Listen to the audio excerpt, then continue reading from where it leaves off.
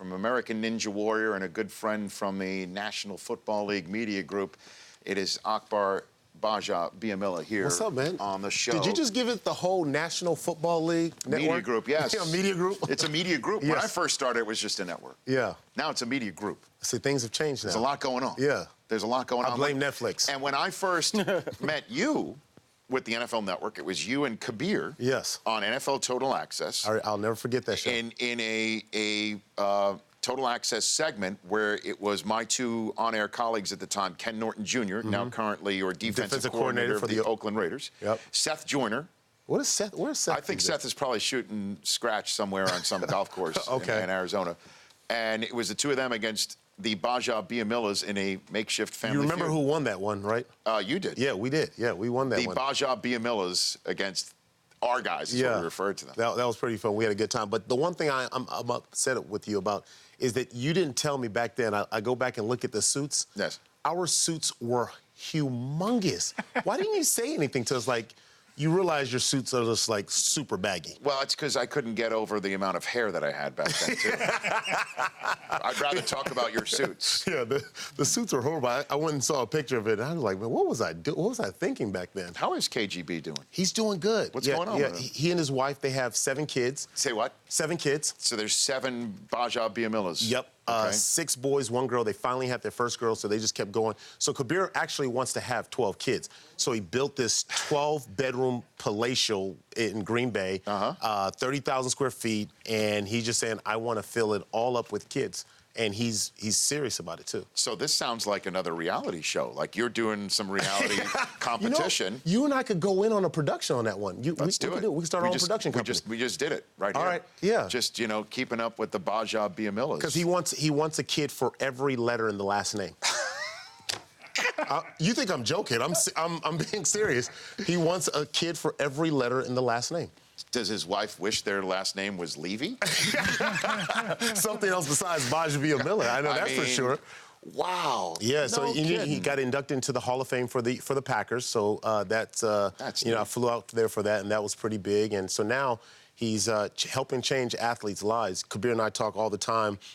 And every time he hears a story of a guy who's going broke, from after their playing days, he's gone out and now he's now a financial advisor, and he's now going out and helping guys with their planning for after football. Not dealing with the young guys, but guys coming out of the league. Yeah, because, Walter Thurman just retired today, or at least that's the word from the Philadelphia Eagles secondary. He's 28.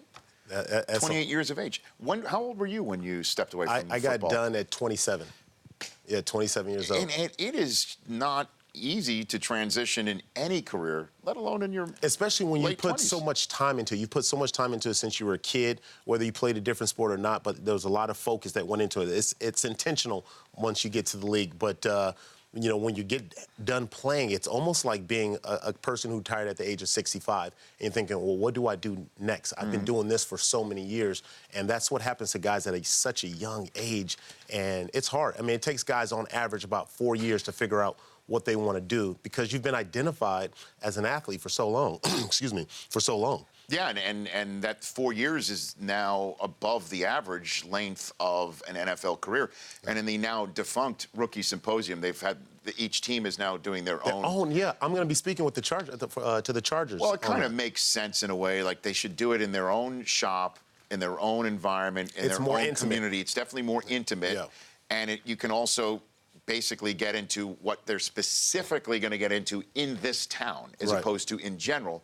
But they would always say at these rookie symposiums, Akbar, like, hey, have a plan now. I know you're 21, I know you're 22, I know you're all big men on campus, I know you've just had your dream of being drafted in the NFL, but look around you, half the people in this room by age 25 are going to have to figure out something else to do. That's the one thing that does bother me with this issue is that, when you try to start planning for your career after football, because you never know how long your career is going to go. Not everyone's going to have the Peyton Manning career. Right. But when you start to pursue that, you start hearing things like, don't forget where your bread and butter is. Don't forget, why you're here. Focus on this now. Or you hear some of these life commandments that this is the most amount of money you're ever going to make in your career. So make sure you put all your focus into it. And guys, they get scared by those type of life commandments, that rhetoric. So guys tend not to want to start focusing on it because somehow you're cheating the game is sort of the undertone. You're cheating the game if you start looking for a career after football.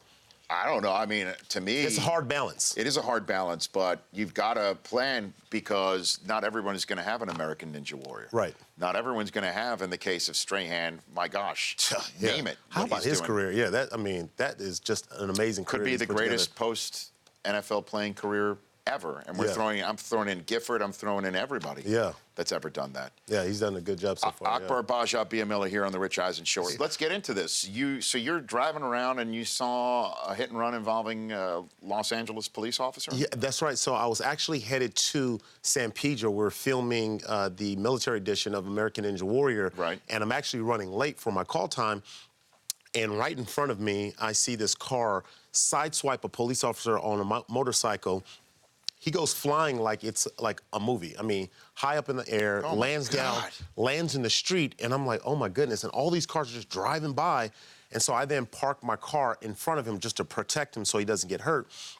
I get out the car and I asked him, I said, are you okay? And he's kind of, out of it. He goes, yeah, I'm okay. I said, do you want me to go get the person? He goes, yeah, go get him, go get him.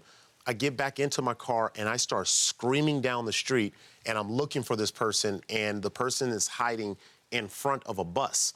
And so I then get into the middle of the intersection and I just turned right into it, just right in the middle of it, and started pursuing this person. On foot? No, not on foot. In my car. Yeah. Okay. Yeah, I'm not that fast. So from there, it got into a high-speed chase. We got up to about 90 miles an hour. And once we cut into a residential area, that's when I started to get afraid. So I pulled out my cell phone at the time, and I just started snapping photos.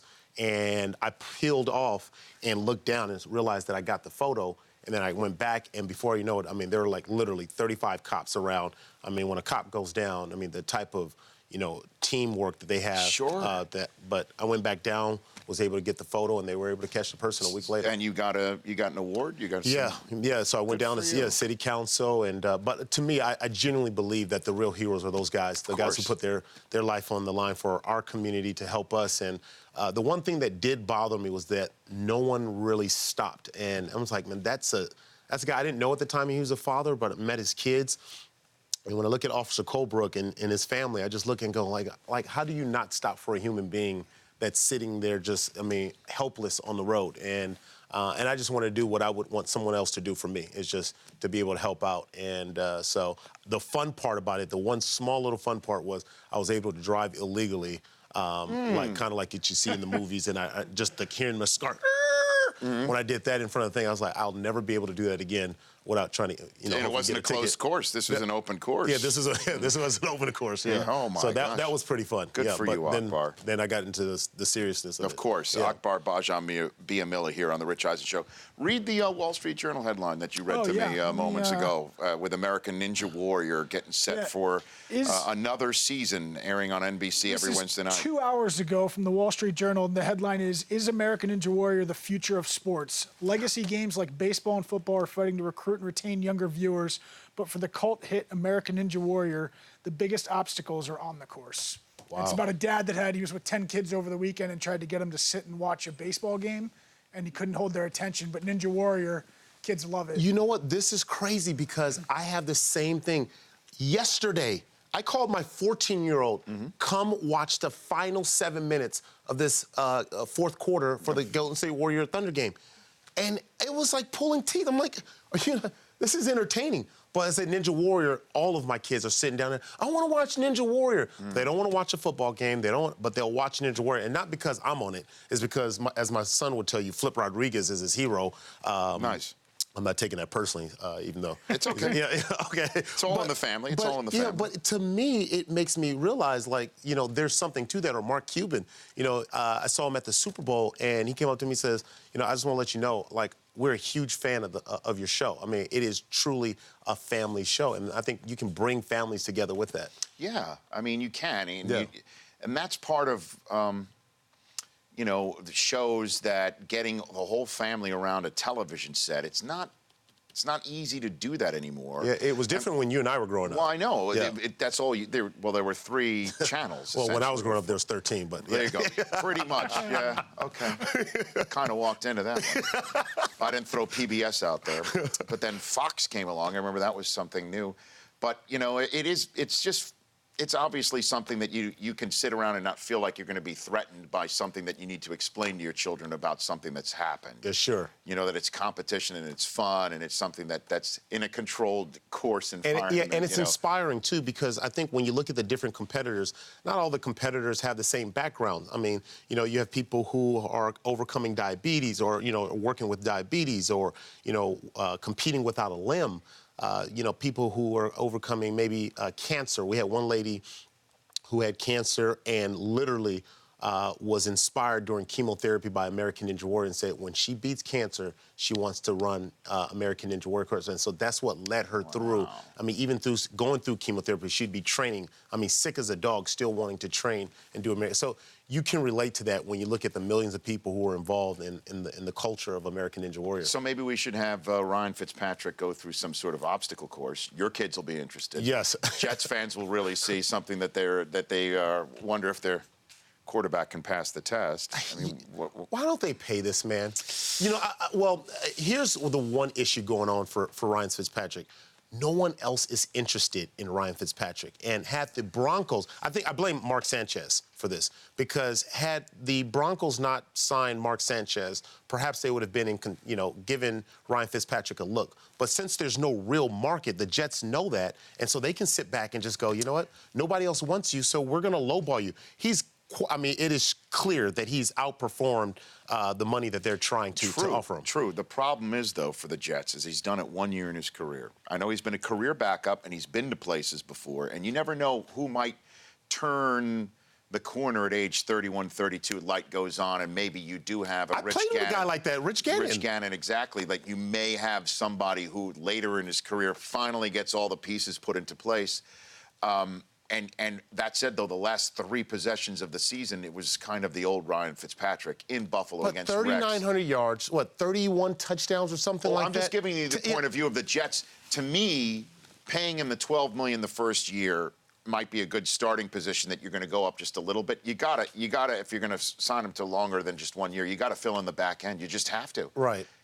I see filling in the back end, but it's so hard to digest when you look at a guy like Brock Osweiler, right? Brock Osweiler is essentially in the same exact boat as Ryan Fitzpatrick. Now, Ryan, of course, has more history, and, you can go back to his past. But what we're talking about right now, because the NFL is what can you do for me right now? But Fitzpatrick has a track record. Right.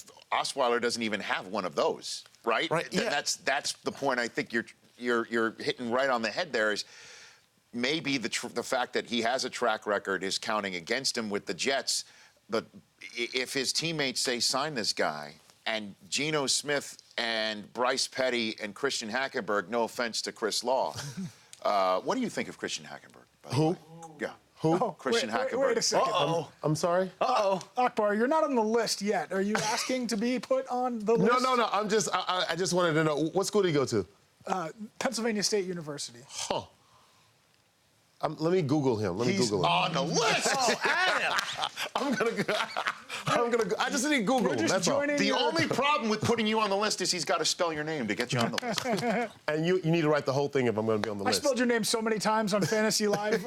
Can you do it? Oh yeah. Can you? Hold on. Go. Don't write it down. Don't look in your computer. Give me the music right now. Chris Law, moderator. The tables are being turned. You now must spell Akbar Gbajabiamila.